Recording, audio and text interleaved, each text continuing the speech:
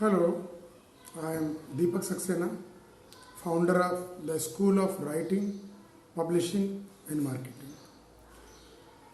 कोई भी पुस्तक को सक्सेस बनाने के लिए राइटिंग, पब्लिशिंग और मार्केटिंग तीनों स्टेप आवश्यक हैं और हमारा ये स्कूल, ऑनलाइन स्कूल आपको एक्टिव सपोर्ट करता है, सहयोग देता है, जिससे आप थीम सिलेक्शन से लेकर मार्केटिंग तक, मल्टीमीडिया, सोशल मीडिया मार्केटिंग तक के लिए आपको गाइड करता है। और हमारे सब्सक्राइबर हमको गाइड करते रहते हैं। आज शनिवार का दिन है, शनिवार को हम नया वीडियो डालते हैं और आज का जो वीडियो है उसमें एक प्रश्न है।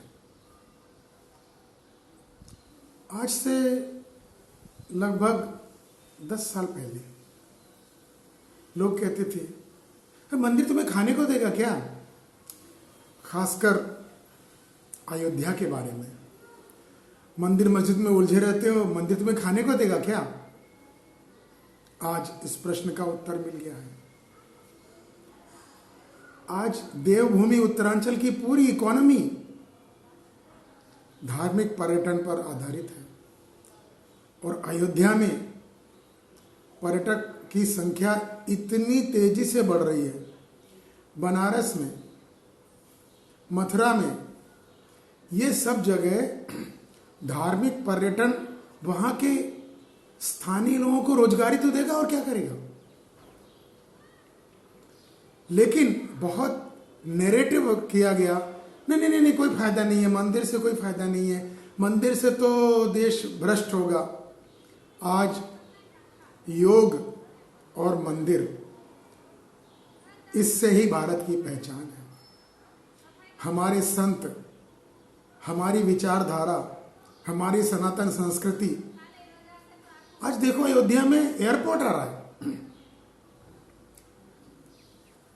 और कोई भी महाकाल कॉरिडोर देखिए आप, तो ये सब बनने से सहूलियत तो मिली है पर्यटकों को, लेकिन वहां के जो लोकल लोगों को बहुत बड़ा रोजगार मिला है।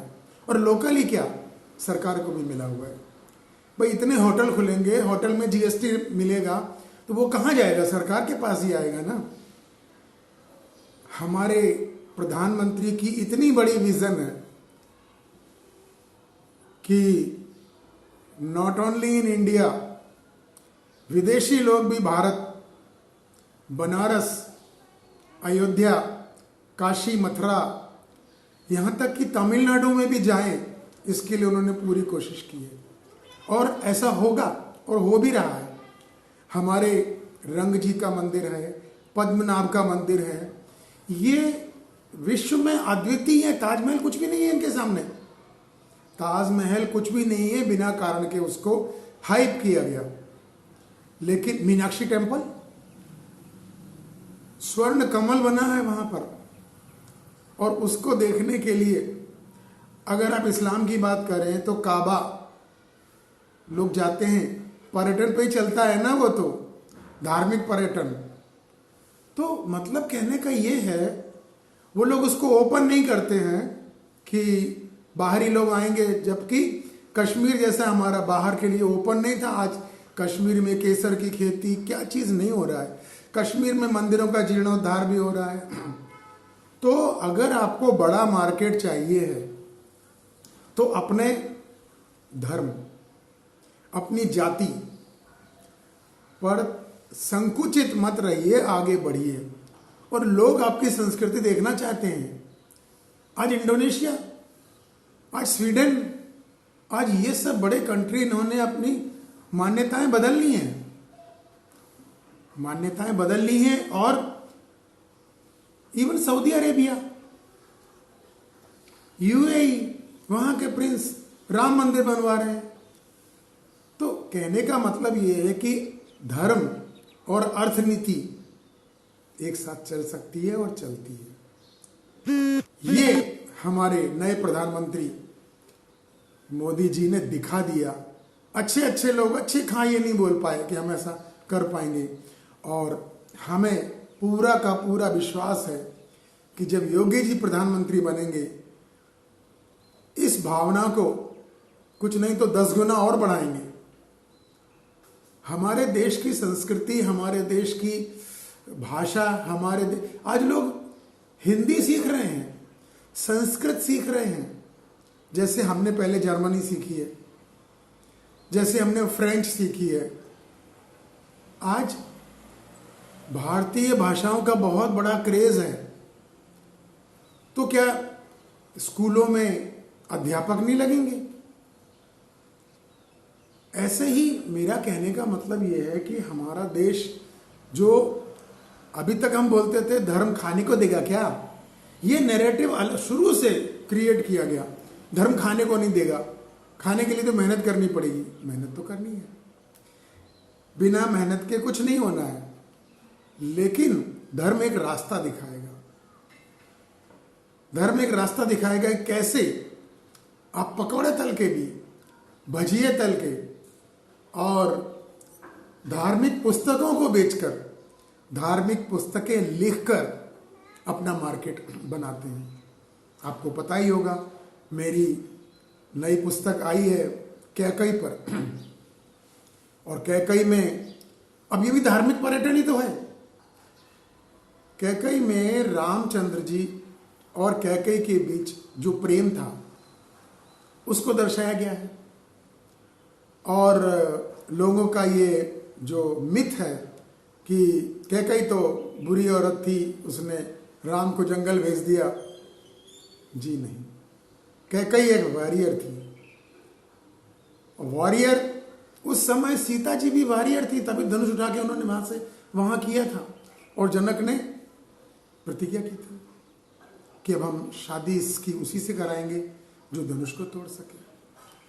तो पुराने समय में स्त्रियों को योद्धा बनाया गया था, उनको पूरी फ्रीडम दी जाती थी। और यहां तक कि कैकई में आपको रावण के बारे में भी डिटेल मिलेगी, दशरथ के बारे में मिलेगी।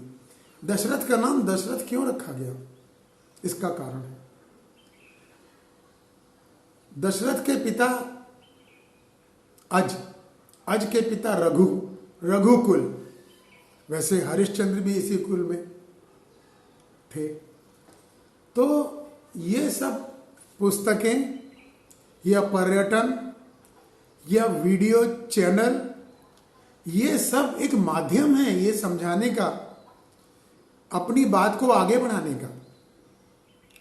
आज इतने सारे वीडियो बनते हैं, लोग देखते भी हैं, लोग उसकी विचारधारा पर प्रभावित होते हैं या गुस्सा होते हैं। अब जैसे नूह में जो हुआ अभी हरियाणा में, वो सब वीडियो से ही तो आगे बढ़ा। देखिए, दुष्प्रचार अलग बात है, दुरुपयोग अलग बात है, लेकिन सदुपयोग करके हम इस संस्कृति को बढ़ावा दे सकते हैं, पुस्तक लिख सकते हैं और लोगों को और आगे बढ़ने के लिए आकृष्ट कर सकते हैं।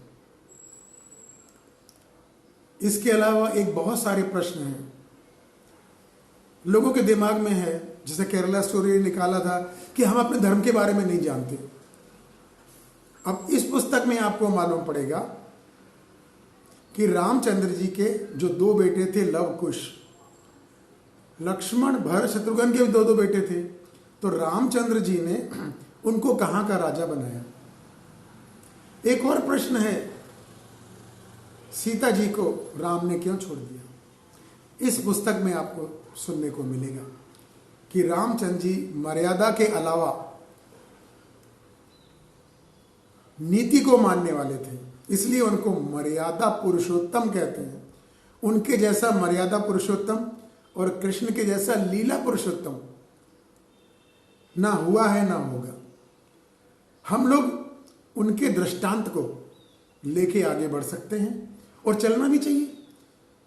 लेकिन हम हाथ पे हाथ धरे बैठे नहीं रह सकते कि अब कृष्ण भगवान फिर आएंगे और हमारा सब कुछ काम करेंगे। कृष्ण भगवान काम करने नहीं आए थे, रामचंद्र जी हमको दृष्टांत देने आए थे, लेकिन काम हमको ही करना पड़ेगा। हम ही काम करेंगे, हम ही देश को आगे बढ़ाएंगे। और जो नकारात्मकता आजकल फैल रही है उसको दूर करेंगे। आज हमारी गौ माता पर जो संकट आते हैं, जो गोकशी में आगे लगे हुए हैं, उसके विरोध कर रहे हैं, तो मतलब उनको क्या क्या कहा जा रहा है। लेकिन अंत में जीत सच्चाई की होती है, ये चाणक्य ने भी कहा था। इसलिए कोई डिस्टर्ब होने की जरूरत नहीं है। जो हो रहा है उसमें अपना कर्तव्य निभाते हुए हमें क्या करना है वो करना चाहिए। मथुरा में इतने रोहिंग्या आके बस गए, अब हम लोग टेंशन करेंगे तो टेंशन करके क्या होगा। हम अपनी कंसर्न प्रेसिडेंट को दे सकते हैं, प्राइम मिनिस्टर को दे सकते हैं, सीएम को दे सकते हैं, जिनको हमने वोट किया हुआ है। लेकिन इसका मतलब ये नहीं है कि हमारे कर्तव्य की इतिश्री हो गई, हमारे कर्तव्य पूरे हो गए। हम स्वच्छ भारत और भारत को आर्थिक एक महाशक्ति बनाने के लिए जो आह्वान किया है उसको पूरा करने में सहयोग दे सकते हैं। और कई बार लोग बोलते हैं कि हम तो बेरोजगार हैं। अरे बेरोजगार का मतलब आप रोजगार कर सकते हो, और अगर आप सिर्फ नौकरी की तलाश में बैठे रहोगे तो आप बेरोजगार नहीं हैं, आप बेनौकरी हैं। बेनौकरी और बेरोजगार में फर्क है। अगर आप सिर्फ नौकरी के पीछे पड़े हैं, सरकारी मिल जाए तो बहुत अच्छा, तो देखिए आपकी तलाश कब खत्म होगी कह नहीं सकते, होगी भी नहीं कह नहीं सकते। लेकिन अगर आप रोजगार, देखो कितना अच्छा शब्द रखा, रोजगार। रोजगार का मतलब ये कोई भी कर सकते हैं आप। पुस्तक लिखने का भी एक रोजगार है,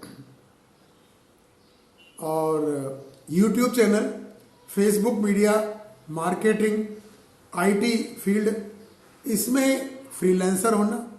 देखिए, उत्तम खेती मध्यम धान, निकृष्ट चाकरी भीख निदान। तो नौकरी तो तीसरे श्रेणी का आता है। लेकिन ठीक है, कुछ सम्मानजनक नौकरियां भी हैं जिसके लिए लोग पीछे पड़े रहते हैं, और होना भी चाहिए। आपके मन में जो क्रेज है वो क्रेज पूरा करना चाहिए। अगर क्रेज के लिए आप नहीं करेंगे तो कौन करेगा। अपने अंदर जुनून पैदा कीजिए, चाहे डॉक्टर इंजीनियर बनने का है, चाहे रोजगार करने का। आज के दिन आईआईएम आईआईटी करके भी लोग स्पेशल पकौड़े तोलने का काम कर रहे हैं। तो आपकी बुद्धि का विकास होता है, पढ़ाई लिखाई से बुद्धि का विकास आता है, पठन पाठन करने से, मनन करने से आपकी बुद्धि का विकास होता है। और ये बात अपने मन में ठान लेनी चाहिए, घर कर देनी चाहिए कि हमसे ज़्यादा महत्वपूर्ण पूरी दुनिया में कोई नहीं है। ये अहंकार नहीं है, क्योंकि अपने अंदर इतनी शक्तियां भरी पड़ी हैं, वो शक्तियों को अगर हम इस्तेमाल नहीं करेंगे तो कौन करेगा। और करना भी चाहिए। तो मैं सभी सब्सक्राइबर को, राइटर को, नाटककार को, व्यंग्यकार को, कवि को बुलाता, आह्वान करता हूँ कि आप आगे बढ़िए, देश की तरक्की के लिए आगे बढ़िए। लोगों को भी इसके बारे में बताइए, मेरा चैनल सब्सक्राइब कीजिए, अधिक से अधिक लोगों को मोटिवेट कीजिए, क्योंकि मोटिवेट करना सबसे जरूरी है। और अपने गुरु, अपने से बड़े लोगों का हमेशा सम्मान करें। और मेरा पता है, मेरा ईमेल एड्रेस है DEEPAK D18@yahoo.co.in। deepakd18@yahoo.co.in और मेरा फ़ोन नंबर है, व्हाट्सएप कर सकते हैं 8128693378। फिर से रिपीट करता हूँ 8128693378।